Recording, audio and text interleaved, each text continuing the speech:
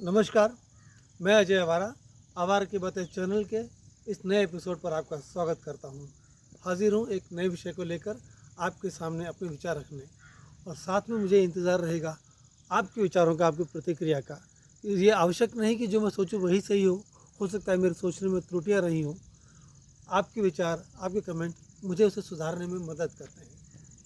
आज का विषय ऐसा विषय है जो जब तक उठता रहता है।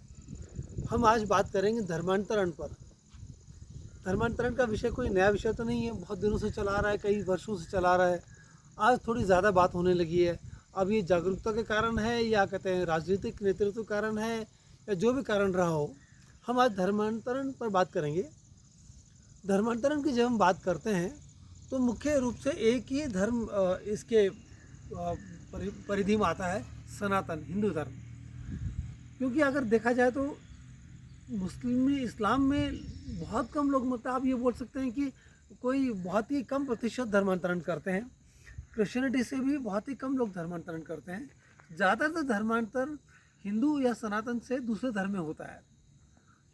ऐसा क्यों कि ज़्यादातर धर्मांतरण हिंदू से बाकी धर्मों में होता है और बाकी धर्मों से और अपने धर्म में नहीं होता है।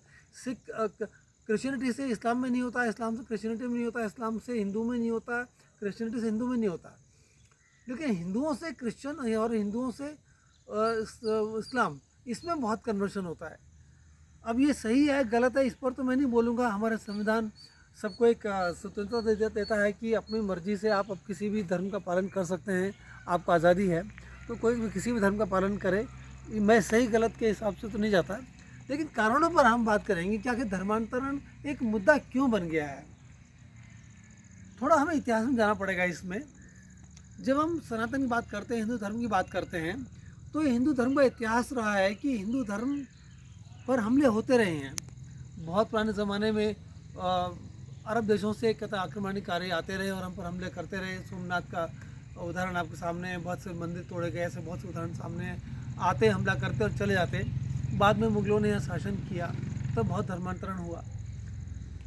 बाद में फिर अंग्रेज़ आए, उसके बाद भी धर्म, तब ईसाइयत की कहते हैं ज़्यादा उसके प्रचार प्रसार शुरू हुआ। तो इस्लाम और ईसाई धर्म के जो लोग हैं वो अपने प्रचार प्रसार करते हैं। प्रचार प्रसार में तो कोई गलत नहीं है इसमें। हम हिंदू हैं तो हमें भी अधिकार है कि हम अपने धर्म का प्रचार प्रसार करें। तो अगर वो लोग प्रचार प्रसार करते हैं और हिंदू धर्म वाले अपने धर्म का प्रचार प्रसार नहीं करते, तो इसमें गलती उनकी नहीं है, गलती हमारी है। भाई वो लोग अपने धर्म का प्रचार प्रसार कर रहे हैं तो ये गलती आपकी है कि आप अपने धर्म का प्रचार प्रसार क्यों नहीं करते। आप उनको दोष दे देते हैं कि आप हमारे हिंदुओं को तो अपने धर्म में शामिल कर रहे हो। भाई आपको किसने रोका है कि आप अपने धर्म का प्रचार प्रसार ना करें। संविधान ने अधिकार आपको भी दिया है, आप भी धर्म का प्रचार प्रसार कीजिए, लोगों से अप्रोच कीजिए, उनको कन्विंस कीजिए, बताइए। और मज़े की बात देखिए, विदेशों में जहाँ हिंदू बहुत कम है, हिंदू बहुत कम है, वहाँ हिंदुत्व का प्रचार प्रसार फिर भी हो रहा है। और कौन कर रहा है, कैसे हो रहा है, वो तो अलग बात है। लेकिन हमारे देश में इसका नहीं हो रहा। हमारे देश में हिंदू सिकुड़ रहा है। अब ये बड़ी असमंजस स्थिति है। जहाँ हिंदू नहीं है वहाँ तो हिंदुत्व को फॉलो करने वाले लोग बढ़ रहे हैं, और जहाँ हिंदुत्व की ज़मीन है वहाँ इसको फॉलो करने वाले लोग घट रहे हैं। तो ये कमी किसकी रही? मतलब जो यहाँ हिंदू रहते हैं उनकी ही कोई कमी रही होगी। आइए इस पर विचार विमर्श करते हैं आज कि हिंदुओं से दूसरे धर्मों में धर्मांतरण होता क्यों है। पहली बात, हम थोड़ा अगर देखें इतिहास को कि बाहर के लोगों ने आक्रमण करके हम पर हमारा नुकसान कैसे किया, हमारे मंदिर कैसे तोड़े, हमारा जो भी हमारे जो भी सांस्कृतिक धरोहर थी क्यों तोड़ी।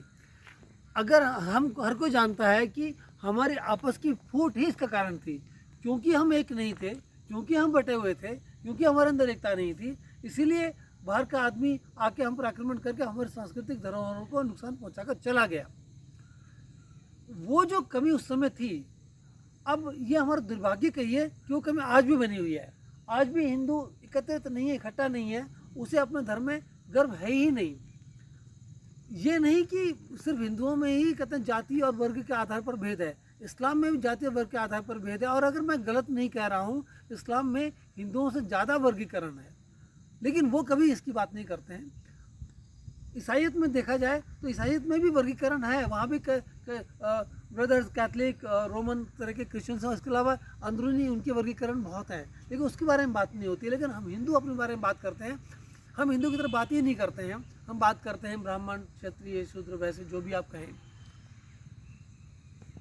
अब कुछ लोग ये उदाहरण देते हैं कि छोटी जाति के लोगों को दबाकर कुचला कर रखा गया, इसलिए वो धर्मांतरण के लिए प्रेरित हुए। मेरा एक सवाल है आपसे, अगर किसी के घर में झगड़ा होता है, आपके घर में झगड़ा होता है, तो आप क्या करते हैं?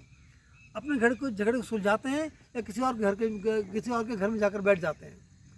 जाहिर तौर पर आप अपने घर के झगड़े सुलझाते हैं।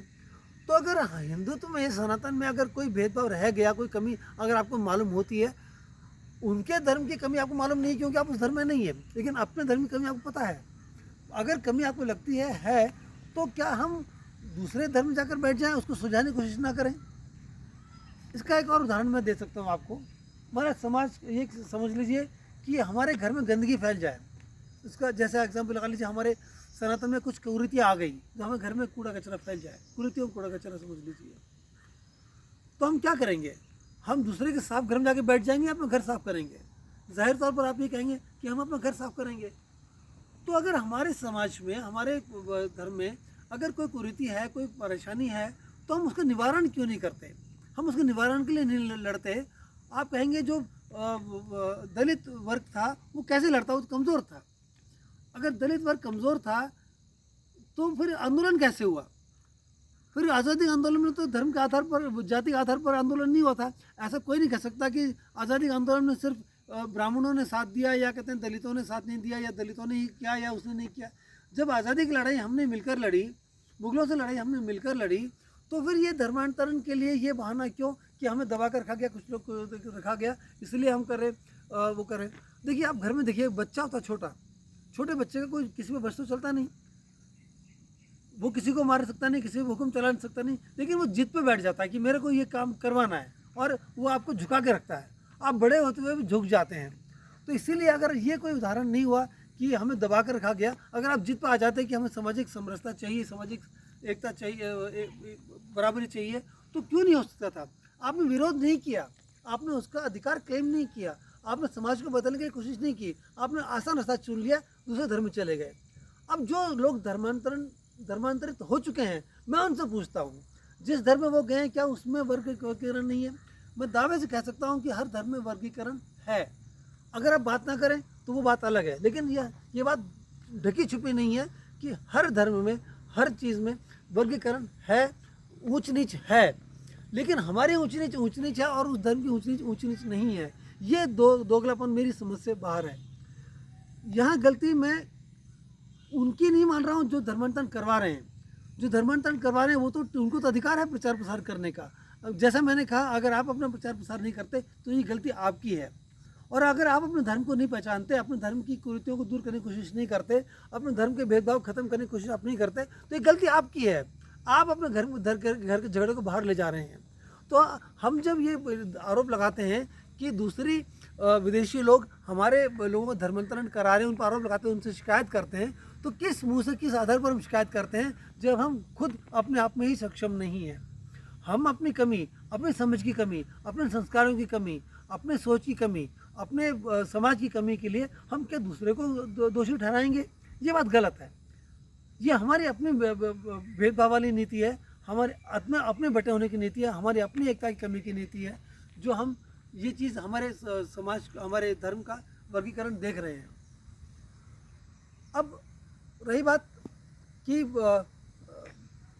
इसको इस तरह से लीजिए कि हम दूसरे को ना दोष ना दें, अपने पर संभालें। अब उन्होंने तो अपना प्रचार प्रसार किया, लेकिन आप क्यों नहीं कर रहे, ये बात आपको सोचने की है।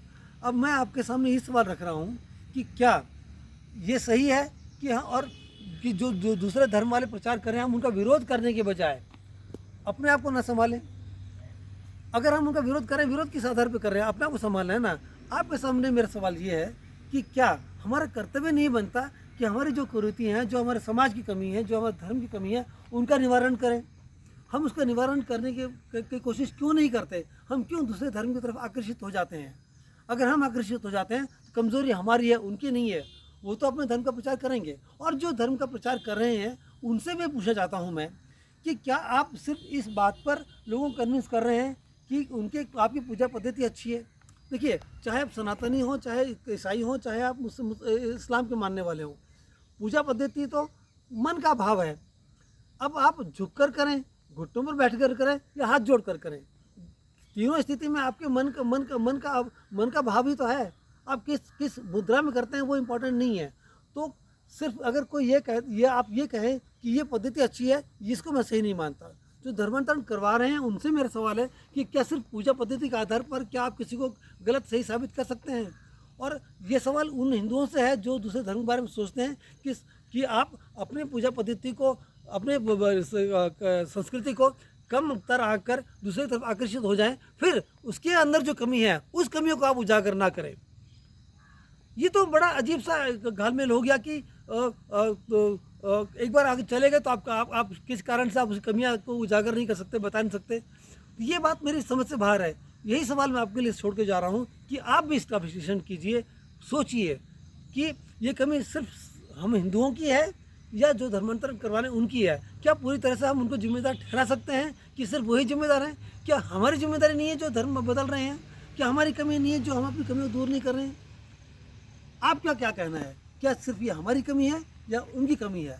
ईमानदारी से अपना जवाब दीजिएगा, ईमानदारी से विचार कीजिएगा और बताइएगा कि हमें क्या करना चाहिए, किस तरह से करना चाहिए, किस तरह से इस धर्मांतरण का जो धर्मांतरण एक तरह से भेद पैदा कर रहा है। देखिए, जब क्रिश्चियन किसी हिंदुओं को धर्मांतरित करते हैं या मुस्लिम किसी हिंदू को धर्मांतरित करते हैं तो हिंदुओं में रोष आ जाता है। उससे क्या होता है? सामाजिक सद्भावना भी खत्म होती है।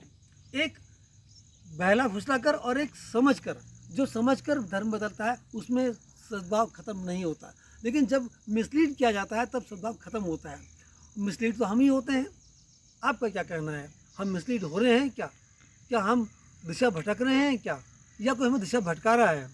सच्चा विश्लेषण कीजिए और बताइए आपका क्या कहना है। मुझे आपकी प्रतिक्रिया की प्रतीक्षा रहेगी। नमस्कार।